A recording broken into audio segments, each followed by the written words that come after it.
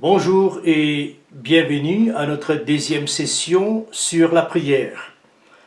Je ressens dans mon esprit que c'est l'heure où Dieu nous a choisis, surtout dans ce mouvement de la réforme. Dieu est en train de libérer cette force des prières.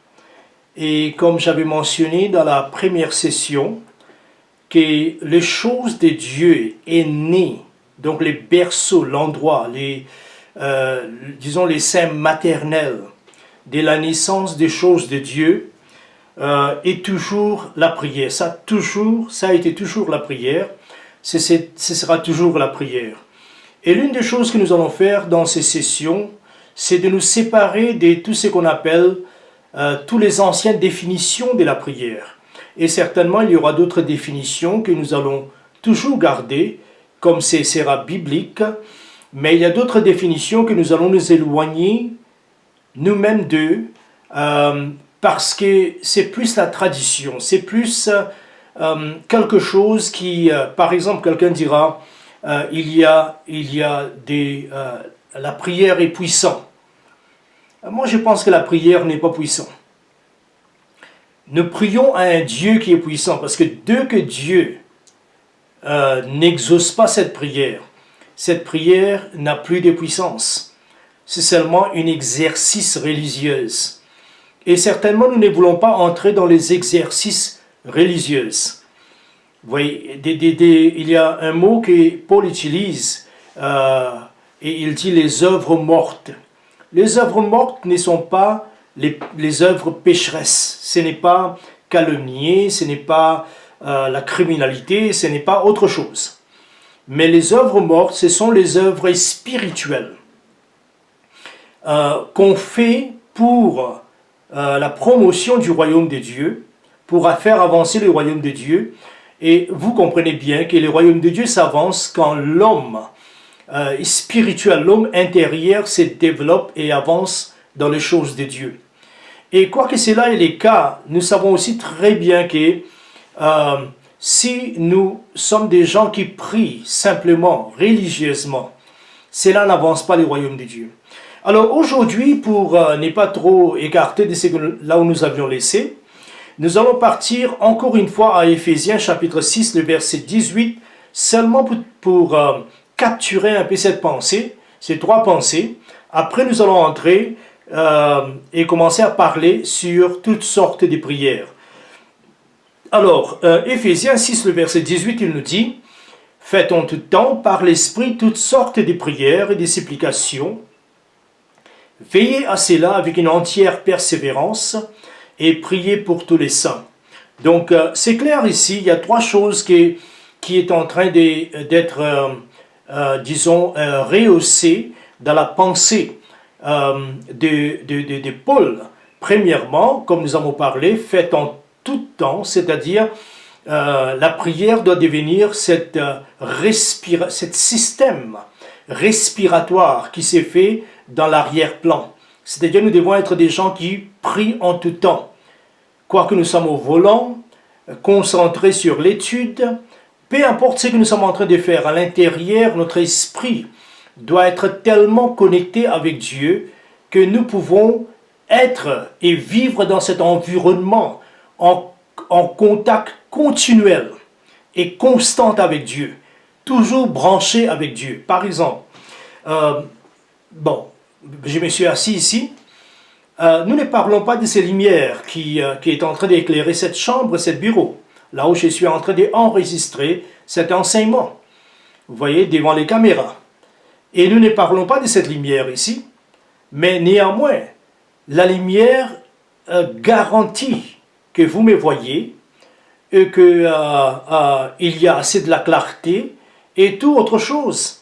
Donc c'est très très important de comprendre comment certaines choses doivent fonctionner. C'est comme si les écosystèmes, les systèmes de l'atmosphère, vous voyez, et certaines atmosphères facilitent et favorisent certaines plantes.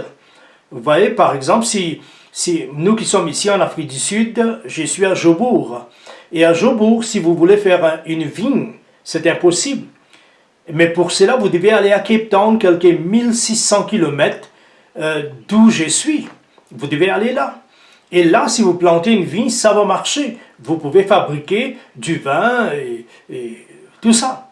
Vous comprenez? Donc, certaines atmosphères et climats favorisent la croissance. De même, cette atmosphère, ce climat à l'intérieur de l'esprit, qui est prière, la connectivité continuelle et ferme avec Dieu, devant Dieu. Cette vie de prière favorise la croissance de notre vie spirituelle qui certainement va se répandre dans tous les aspects de notre vie et aussi le royaume de Dieu dont nous sommes les responsables. Ok, donc c'est très très important de comprendre cela. Maintenant, quand Paul a dit « faites en tout temps », il a aussi dit « par l'esprit ». Par l'esprit, c'est quelque chose qui est aussi très important parce que la chose que nous devons voir, plus tard, nous aurons une session, dans un autre jour, nous aurons une session là où nous allons parler l'importance de parler en langue. Comme une langue des prières et non pas comme un don spirituel. Langue des prières. Il y a une différence entre les deux. Une langue des prières, c'est-à-dire c'est une prière, une façon de prier, ou c'est une capacité que Dieu nous a donnée de parler avec Dieu sans que notre intelligence soit engagée. Donc nous pouvons parler et présenter même plus d'effervescité et plus de l'émotion, de la force spirituelle sans engager notre cerveau. Vous voyez, parce que notre cerveau a des vocabulaires limités. Notre cerveau est limité, disons, dans les sens que nous prions. Parfois, notre cerveau n'arrive pas à connecter avec notre esprit et notre âme pour dégager la passion qu'il faut pour prier. Ça n'arrive pas à faire ça. C'est pourquoi, quand nous parlons en langue, Paul dit que nous prions, et nous allons parler de ça, que notre esprit et que l'esprit de Dieu au travers de notre esprit profère et parle des choses profondes, que notre pensée ne peut pas comprendre maintenant. Ça c'est très important. Donc nous devons apprendre maintenant à prier, pas seulement parler en langue, mais par l'esprit. C'est-à-dire, nous devons synchroniser notre vie tellement avec l'esprit de Dieu, et ça se fera comme nous continuons. Ce n'est pas dans un seul jour, ce n'est pas dans un mois, mais c'est avec une vie continuelle. Quand vous bâtissez une vie de prière constante, ça peut être 10 minutes les matins, 10 minutes les soirs, ou 5 minutes les soirs, comme ça peut être 1 heure temps le matin, dépend à quel niveau vous êtes spirituellement. Mais si vous bâtissez cette vie de prière, vous allez aussi en même temps bâtir une sensibilité envers le Saint-Esprit. Et le Saint-Esprit qui vit avec nous, comme Jésus a dit, il est avec vous, il sera en vous. Il est maintenant en nous. Parce que lors du passage ou du départ du Seigneur Jésus, le Saint-Esprit est descendu non pas pour demeurer parmi nous, mais pour être en nous. Et il vit en nous, dans notre cœur. La Bible nous dit que nous sommes le temple du Saint-Esprit. Alors maintenant que nous bâtissons cette relation, alors nous pouvons dire aussi qu'une vie de prière est également une vie bâtie en relation avec le Saint-Esprit. Cela peut sembler simple, mais c'est une réalité que beaucoup de gens, 90% des enfants de Dieu sur la terre ne savent pas comment vivre. Ils ne vivent pas cette vie. Donc cette vie en collaboration avec le Saint-Esprit, là où le Saint-Esprit veut vous dire, priez pour telle personne ou pour telle chose, et puis le Saint-Esprit investit cette fardeau qui engage votre émotion. Donc vous priez avec un fardeau. C'est comme si, je vous donne un exemple. Notez bien, si vous êtes une maman ou un père et que votre enfant a fait un accident, un exemple, on ne sait pas la gravité de cet accident. Dès que vous la déposez à l'hôpital et qu'on vous met dehors et que les médecins vont occuper, seulement les soirs vous pouvez revenir voir, vous entrez chez vous. Vous tombez à genoux et vous commencez à prier. vous voyez déjà que votre émotion est éveillée à cause de l'amour de cet enfant. Et certainement, cela entraîne votre être en entier pour prier pour cet enfant, parce que ça, c'est votre enfant. Mais maintenant, l'Esprit de Dieu, quand il travaille au travers de nous et que nous savons comment faire les partenariats, faites en tout temps par l'Esprit. Nous savons ça, c'est quoi? Comment prier par l'Esprit? La chose que Dieu fait, c'est qu'il peut vous amener les fardeaux qui pèsent sur votre esprit, comme votre enfant accidenté. Et vous commencez à prier. Tout cela est très très important. Parce que là, vous êtes en train de vous aligner avec la volonté de Dieu. Vous voyez, donc ça c'est la deuxième chose. Le Saint-Esprit nous aide aussi, pas seulement à prier avec les fardeaux et la passion, ou pour les motifs exacts, mais le Saint-Esprit aussi nous dirige combien de temps nous devons prier. Parfois, le fardeau est enlevé à certains endroits, à certains points, et vous savez que Dieu a déjà exaucé cette prière, et tout ce que vous devez faire dès ces moments, c'est rendre grâce à Dieu chaque fois que vous pensez à ces problèmes. Peut-être dans le naturel, pardon, ce problème n'est pas encore soulevé, mais vous savez en esprit que la victoire a été déjà remportée. Donc vous voyez combien prier par le Saint-Esprit est important. C'est vraiment important. Alors, ça c'est très très important. Mais la partie que nous allons continuer à voir aujourd'hui, c'est la troisième partie. Donc la première pensée, dans Éphésiens 6, 18, c'est prier en tout temps. Et c'est la respiration spirituelle. Deuxième, par l'esprit. Donc, les sujets, le fardeau, la compassion, le temps, tout cela, la gérance, le management de cette prière est faite par l'esprit. On appelle ça prier par l'esprit. Et même quelle sorte de prière vous devez prier. Et c'est ça ce que nous allons voir. Donc, faites en tout temps par l'esprit. Et la partie que nous allons continuer maintenant, aujourd'hui et dans une autre session, c'est toutes sortes de prières. Toutes sortes de prières. Ça, c'est très, très important. Toutes sortes de prières. Donc, c'est très important. Alors, la question qu'on peut poser maintenant, si nous devons prier toutes sortes de prières, qu'est-ce que nous devons développer en nous, dans nos vies de prière, pour être capables de prier toutes sortes de prières? Quels sont les développements qui doivent prendre place en nous, qui doivent être lieu en nous? Ok? Moi, je pense que la première chose, c'est encore une fois, la collaboration avec le Saint-Esprit et développer des discernements et aptitudes et compétences en regardant les besoins en consultation avec le Saint-Esprit pour voir quelle prière nous devons faire ici. Et moi, je vous dis, ce n'est pas même difficile. Parce que vous êtes maintenant né de nouveau, votre esprit qui a été étranger à Dieu est devenu vivant, et l'Esprit de Dieu témoigne au travers de notre esprit. Il y a une communication constante entre l'Esprit Saint et notre esprit. Vous pouvez sentir au fond de vous quelles sont les prières que vous devez faire. Ça, c'est très important. Alors, maintenant, je voudrais parler un peu sur, lire un peu Genèse chapitre 18. Et là, nous allons voir la première sorte de prière qui a été faite. D'abord, nous allons exposer plusieurs sortes de prières. La première, c'est la prière d'intercession. Pourquoi j'ai mis ça en premier lieu? Parce que la plupart des églises connaissent exactement c'est quoi la prière d'intercession.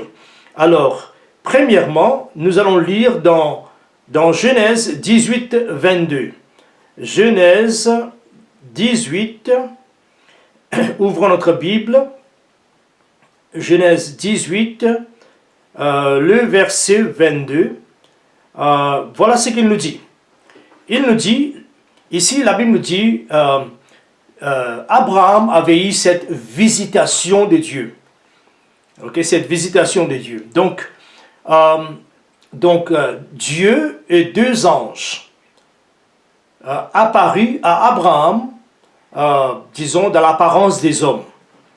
Et Abraham, quand il les a vus, l'une des cultures et façons de faire d'Abraham, c'était quand il voit les étrangers, il les invite à se reposer et manger, parce qu'à l'époque, vous comprenez, les gens devaient marcher loin, longtemps dans le désert, et les voyages étaient toujours longs et tout ça. Les gens auront toujours faim et soif, ils ont besoin de laver un peu, de se laver un peu et tout ça.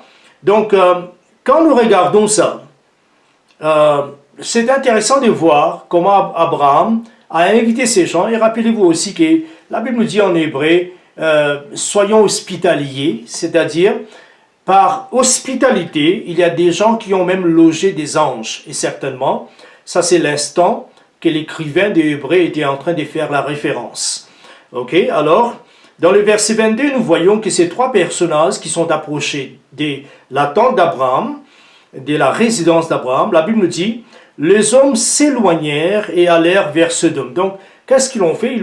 Abraham les a servi un bon repas, ils ont mangé, et après avoir mangé, la Bible nous dit que tous les trois se sont levés après un bon repos pour maintenant partir. Et il semble à moi que Dieu était en train de faire semblant et voir un peu comment ça se fera, parce que quelque temps avant, la Bible nous dit que Dieu avait dit en lui-même, cacherai cela à Abraham. Ok, donc quand ces deux anges commençaient à se voyager maintenant vers Sodome et Gomorrhe pour juger et amener le feu du ciel pour consumer et anéantir cette ville, la Bible nous dit que ces deux sont avancés. Abraham et Dieu, qui avait l'apparence d'un homme, et certainement, moi je crois que c'était le Seigneur Jésus, parce que dans la parole, il nous parle de l'ange de l'Éternel, qui était un ange un peu très différent, un peu différent des autres anges. Et cet ange, l'ange de l'Éternel, avait tous les aspects, toutes les caractéristiques de l'Éternel lui-même. Il y a un jour, il a même dit à Abraham que je te bénirai et je vais multiplier. Ça, ce sont les promesses que Dieu avait déjà fait à Abraham dans les mêmes paroles. Donc, il était le représentant de Dieu. Et il semble que dans le Nouveau Testament, il est apparu comme le Seigneur Jésus. C'est les deuxième personne de la Trinité. Mais dans le verset 22, la Bible nous dit qu'après avoir mangé, ils commençaient leur voyage. Et voilà ce qu'il est écrit. Les hommes s'éloignèrent et s'allèrent vers Sodome. Mais Abraham s'est tenu encore en présence de l'Éternel. Et ça, c'est quelque chose de très, très important. Tenir dans la présence de Dieu. Imaginez-vous, ce n'est pas comme si Dieu était invisible et vous êtes à genoux devant lui ou vous vous tenez devant lui. Non, ici, Dieu est devant vous. C'est la théophanie, la forme de Dieu manifestée, la théophanie de Dieu. Dieu est là en réalité et vous êtes devant lui, vous tenez devant lui. Vous savez, c'est dans un sens allégorique, emblématique. Nous pouvons dire que si nous apprenons à tenir devant Dieu, la vie sera différente. Je répète, si nous pouvons apprendre comme Abraham à se tenir devant l'Éternel, le Dieu de tout l'univers, la vie sera différente. Je pense qu'il y a quelque chose que j'avais dit dans la première session. Là où la Bible, pas la Bible, mais l'histoire, dans l'histoire, il y avait un homme de Dieu qui avait dit quelque chose vraiment qui a collé dans la pensée des gens au travers des 300-400 années. Il avait dit ceci. Il avait dit que ce qu'un homme est sur ses genoux, c'est en effet ce qu'il est dans la vie. Donc sa vie extérieure est simplement une manifestation de sa tenance, de se tenir devant Dieu. Quand il est devant Dieu sur ses genoux, cette facteur, on dit en anglais, cette réalité domine sa vie extérieure. Et tout ce que vous avez besoin de faire, c'est regarder la faiblesse dans la vie d'un homme. Quand vous regarderez la faiblesse, manque de conscience et toutes autres choses, vous savez exactement sa vie de prière, où est-ce qu'il est. Et franchement disant, nous tous, moi-même, nous avons passé par ça. Mais non plus, nous sommes devenus sages maintenant. On est sages. Maintenant, on connaît le Seigneur d'une façon un peu différente. Alors ça, c'est très très important. Et je pense que dans cette réforme, nous avons négligé de la prière. N'en négligeons plus. Vous voyez? Mais, Plutôt, séparons-nous de toute prière religieuse et amenons une relation vivante entre nous et le Seigneur. Alors dans ce verset, il nous dit, Abraham s'est tenu devant l'Éternel, dans la présence, Abraham s'est tint encore en la présence de l'Éternel. Extraordinaire. Abraham s'approcha et dit, feras-tu aussi périr le juste avec les méchants? C'est une question qu'il pose avec Dieu. C'est ça l'intercession dans laquelle il entre maintenant. Il dit, peut-être y a-t-il 50 justes au milieu de la ville. Les feras-tu périr aussi et ne pardonneras-tu pas à la ville à cause des 50 justes qui sont au milieu d'elle? Alors qu'est-ce qu'il dit en effet dans le verset 24? Seigneur, est-ce que tu vas condamner d'abord les justes et les méchants ensemble? Mais certainement non. Tu es les justes juges de la terre. Tu dois faire la justice. Et si cela n'est pas le cas, est-ce que tu ne peux pas pardonner toute la ville s'il y a 50 justes en tenant compte d'un principe qu'on appelle représentation? Par exemple, si dans votre maison vous êtes les seules personnes qui prient, ne vous inquiétez pas. Voyez, par votre prière, vous couvrez tous les autres. C'est comme si tout le monde prie. Parce qu'il y a les systèmes, les principes de représentation de la prière.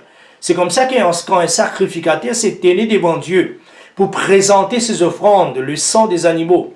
Cet sang, Israël n'avait pas présenté, c'est les sacrificateurs qui présentaient. Mais tout Israël était béni à cause de cette présentation parce qu'ils avaient un représentant devant Dieu.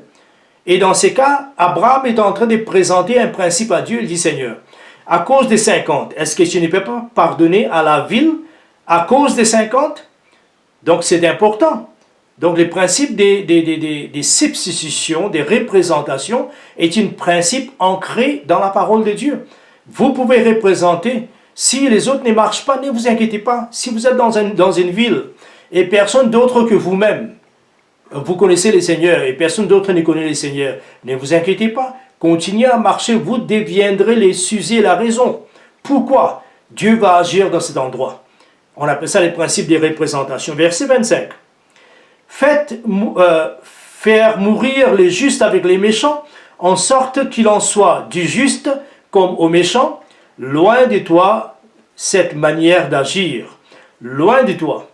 Celui qui juge toute la terre n'exercera pas ou n'exercera-t-il pas la justice?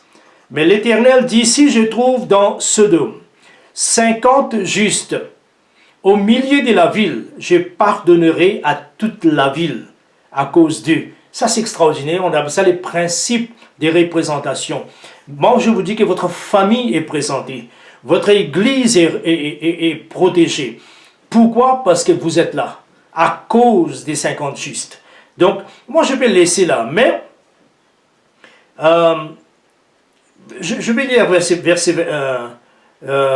27. Abraham reprit et dit, Seigneur, j'ai osé parler au Seigneur, moi qui ne suis que poudre et cendre. Alors, nous laissons ça là, parce que vous pouvez lire à partir du verset 22 au 33. Mais nous voyons la prière d'intercession, un modèle de la prière d'intercession d'Abraham. Premièrement, qu'est-ce que nous voyons? Nous voyons que ce qui constitue la force de la prière d'Abraham, c'est quoi? Rappelez-vous qu'Abraham a fait allusion. Il a fait allusion, pas illusion, allusion. Il a fait référence, allusion. Il a fait allusion de la justice des 50 hommes, leur vie de la droiture, des 50 hommes qui peuvent sauver la multitude de personnes qui habitent dans cette ville. Vous avez noté cela. Et la raison pourquoi il a fait cela, parce que quelque temps juste avant ça, Dieu a dit à Abraham, la Bible nous dit qu'Abraham crut dans la parole que Dieu lui avait donnée.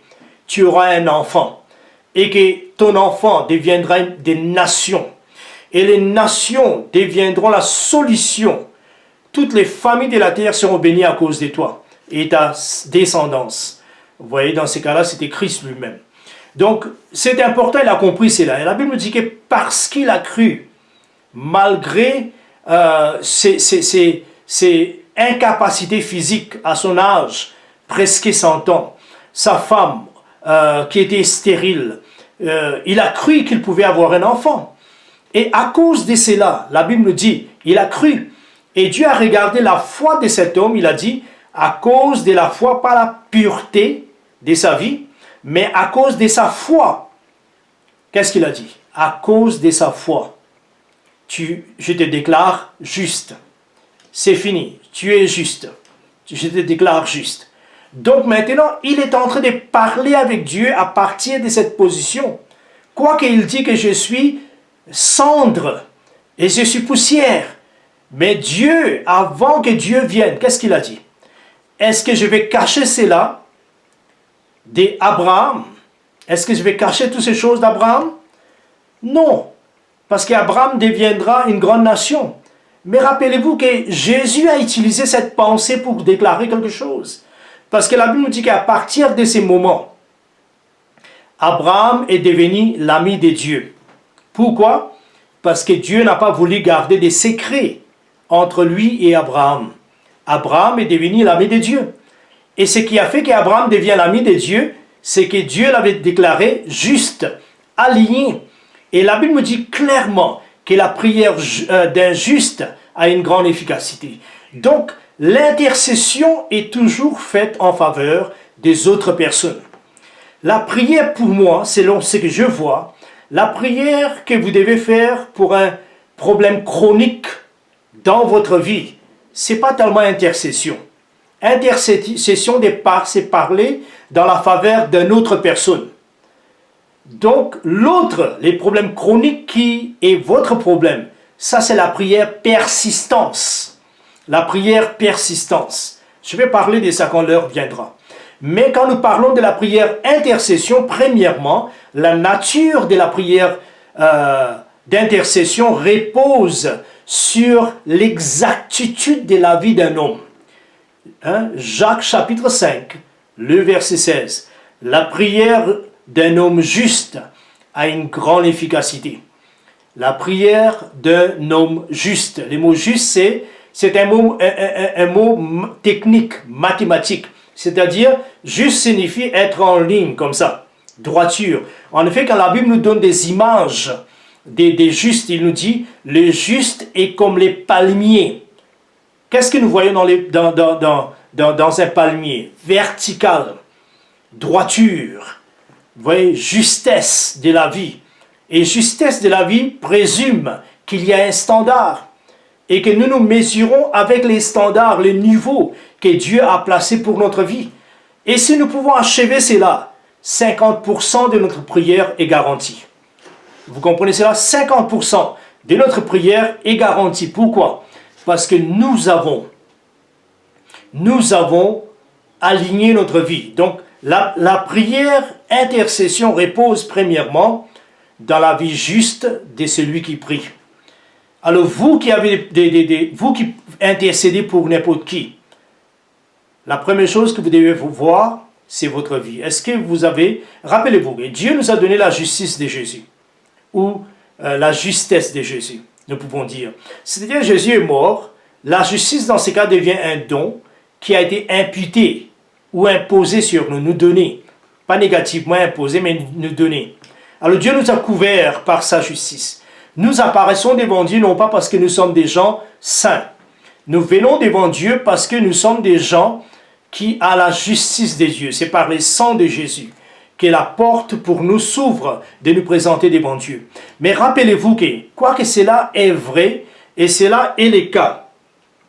Vous voyez, cela est vrai, et cela est le cas. Rappelez-vous que Dieu demande aussi la justice pratique. C'est-à-dire dans nos vies de tous les jours, la façon que nous vivons, dans nos relations avec les uns les autres, comme j'avais parlé dans la première session, nos relations verticales entre nous et Dieu, et notre relation horizontale entre nous et les hommes doit être correcte. Vous voyez, si vous ne pardonnez pas, Dieu ne vous pardonne pas. Donc tout cela est très très important. Donc justesse à cette référence. C'est ça ce que la Bible nous parle. Et la deuxième chose que nous devons voir, c'est que, premièrement, encore une fois, je répète, la prière d'intercession est une sorte de prière qui doit être faite pour une raison ou des besoins particuliers. Et vous devez apprendre ça parce que ça a une grande place dans les activités spirituelles, dans la dévotion spirituelle que Dieu demande. Mais à part de ça, parce que la prière repose sur notre justice à nous, nos vies pratiques d'être injustes. Et dans ce cas, juste simplement signifie pas saint, mais juste signifie s'aligner avec les desseins originaux de Dieu qu'il avait pour nous. Donc nous sommes exactement ce que nous devons être. Deuxièmement, la prière intercession en nature, c'est que vous priez pour les autres. Et vous devez prier pour les autres avec les fardeaux tels qu'Abraham a prié. Deuxièmement, c'est la prière pour les autres. Troisièmement, c'est les fardeaux. Imaginez-vous, si Abraham n'avait pas cette persistance de sauver son neveu, et c'est la deuxième fois, je pense qu'il est en train de... Bon, il va sauver son neveu tout à l'heure encore. Mais qu'est-ce qui s'est passé ici? Bon, deuxième fois qu'il va sauver son neveu. Première fois, quand les 4 rois avaient fait l'invasion des Sodome et Gomorrhe, ils l'ont enlevé. Abraham était un homme qui avait un esprit, un cœur pur, une conscience non souillée. Pourquoi? Ça, ce sont des choses que nous devons garder en nous. Je pense que la plupart de nos réunions, de nos prières ne sont pas exaucées à cause des problèmes relationnels. Vous voyez, à cause des mémoires, des mal que les autres ont fait sur nous, contre nous. Vous voyez, dans ces cas, celui qui avait fait mal à Abraham, c'était Lot. Vous vous souvenez, les problèmes des bergers entre... Moi, je pense que ces problèmes, on pouvait la soulever. Parce que c'était les bergers de Lot, c'était les bergers d'Abraham. Ils pouvaient appeler, faire une réunion et dire à ces bergers, je ne vais plus de ce problème encore. Et dès que vous avez ce problème, je vous libère. Vous voyez, vous partez, vous n'avez plus de boulot ici.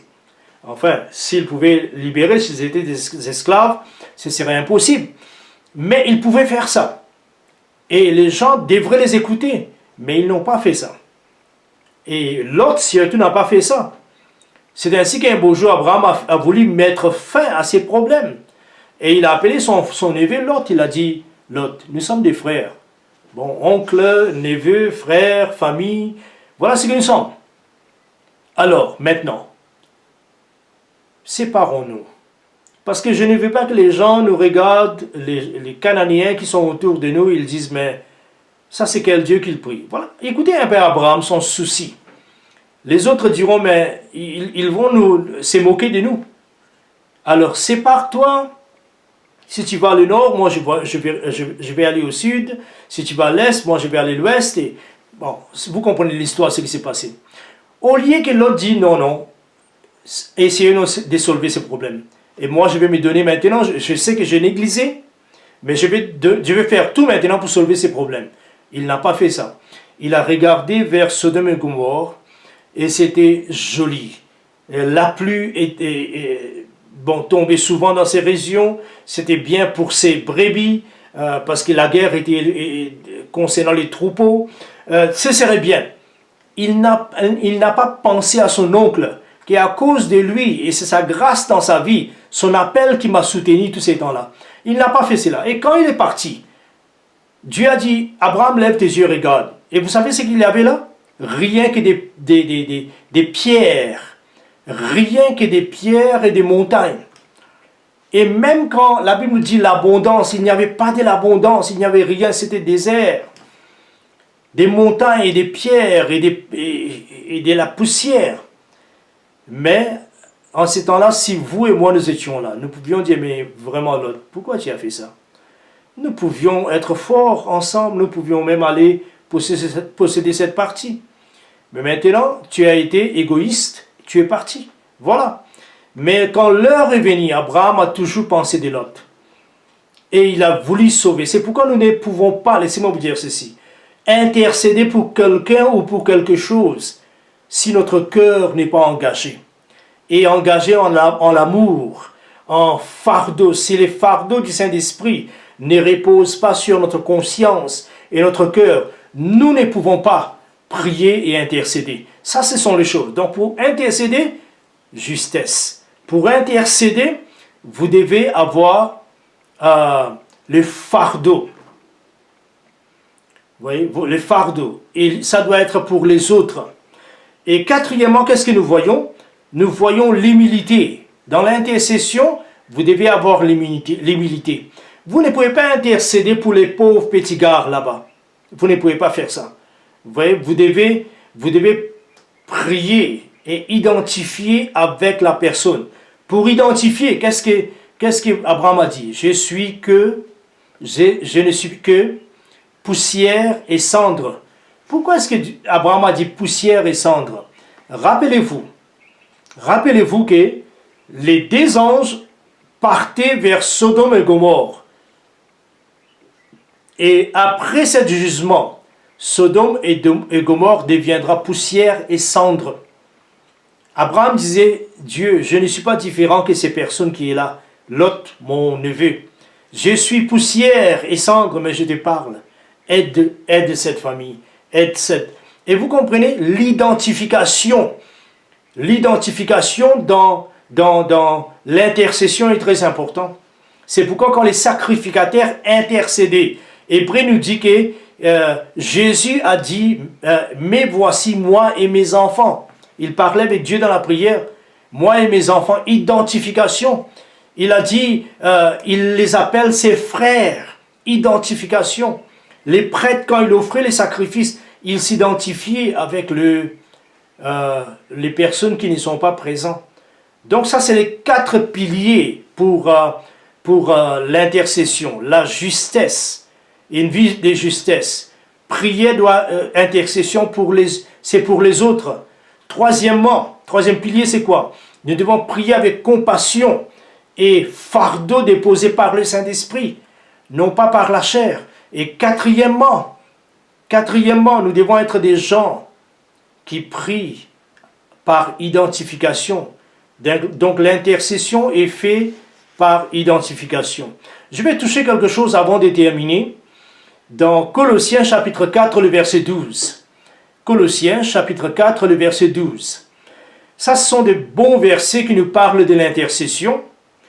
Et souvent, je vais mélanger dans cette session, dans ces enseignements, entre la prière d'intercession et persistance. Parce que dans l'intercession, il y a aussi l'aspect des persistances. Et dans persistance, il y a aussi l'aspect de l'intercession. Quoique en nature, l'intercession, c'est toujours pour les autres personnes ou choses, ou des cas différents. Mais prière de persistance, souvent, ça couvre les autres, mais aussi beaucoup de temps soi-même.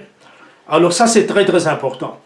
Donc, Colossiens 4, verset 12 nous dit, Colossiens 4, verset 12, ici Paul est en train de parler de son ami Épaphras, l'un des serviteurs de Dieu, qui était membre, disons, ou qui était un citoyen des Colossiens, de cette petite ville de Colosse. Et la Bible nous dit, Épaphras, qui est de vôtres, c'est-à-dire c'était un membre de la communauté là-bas, un serviteur de Dieu, vous salue. Donc en ces temps-là, il s'est trouvé avec Paul, vous salue. Il dit, les serviteurs de Jésus-Christ, donc c'est lui qui sert Dieu, sert son dessein, ses plans, sert sa volonté. Il ne cesse de combattre pour vous dans ses prières. Alors vous voyez que, est-ce qu'on peut combattre dans la prière? Les mots en effet doivent être lutter. Lutter. C'est comme les catcheurs qui fait les catchs. Lutter. Et c'est quelque chose qui demande beaucoup de l'exercice de la force. Qui demande beaucoup d'exercer sa force, sa détermination, ses passions, c'est tous ces aspects que je viens de parler avec vous dans la prière d'Abraham pour Sodome et Gomorrhe, l'intercession. Ok, alors dans ces versets, dans Colossiens 4, verset 12, il nous dit, Épaphras qui est de vôtres, vous salue. Serviteur de Jésus-Christ, il ne cesse de combattre. Donc, nous pouvons dire que la prière d'intercession, c'est un combat. Vous êtes en train de combattre pour ce qui ne peut pas combattre. Vous êtes en train de prier, et moi je vous dis souvent des fois, il y a certaines personnes qui ont parlé de moi, ils ont parlé avec moi, ils ont dit, écoutez, frère, merci d'avoir prié pour moi parce que je sais que votre prière m'a soutenu parce que quand je passais par cette difficulté insurmontable, je n'avais même pas la force de prier. Je ne pouvais pas même prier.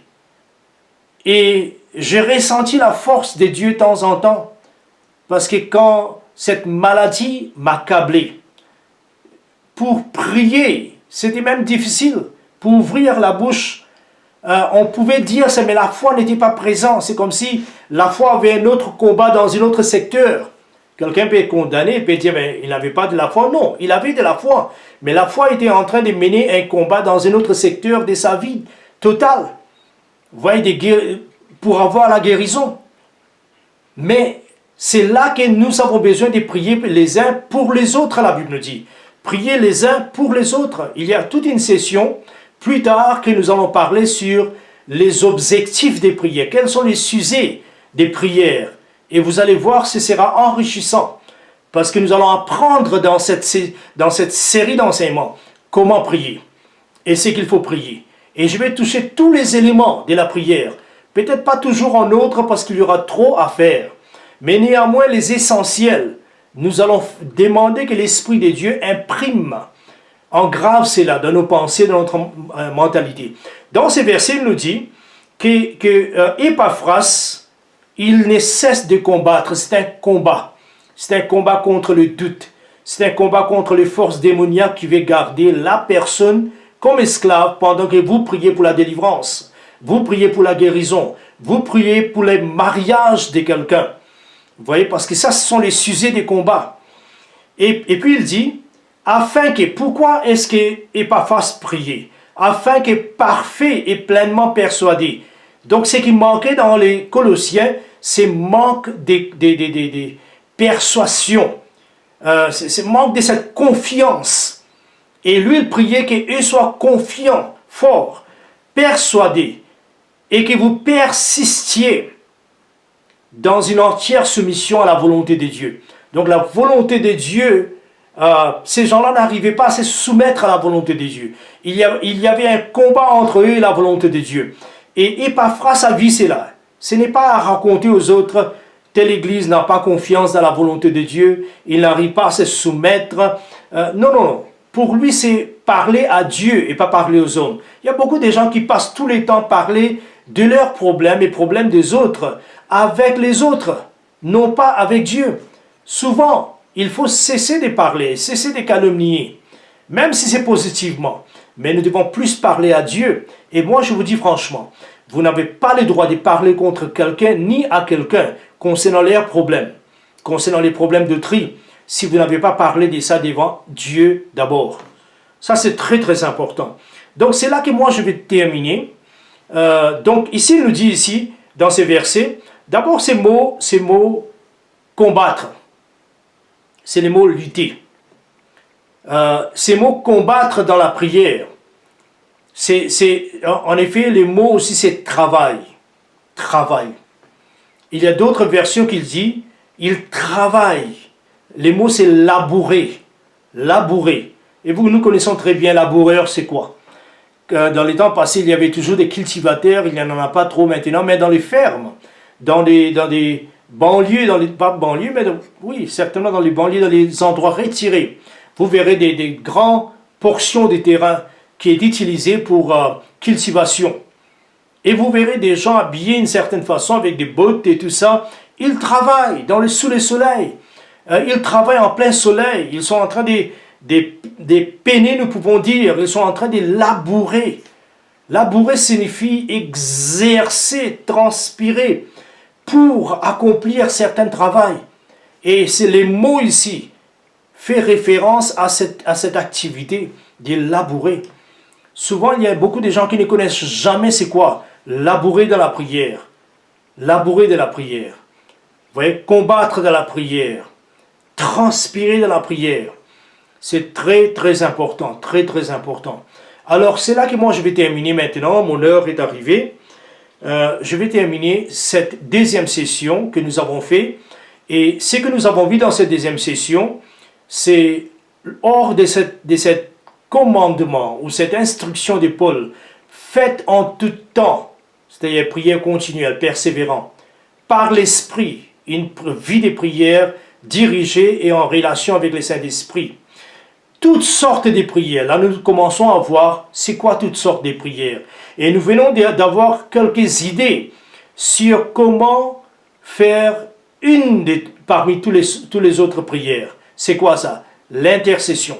Et nous avons vu quelles sortes de prières. Et l'heure viendra, nous allons parler, comme nous continuons à parler sur différentes sortes de prières. La prière que nous allons voir bientôt dans la troisième session, c'est requêtes, peut-être mélangées avec la foi. Donc, deuxième prière et troisième prière. Comment faire cela? Quels sont les principes qui gouvernent ces prières? Ça, c'est les choses que nous allons voir.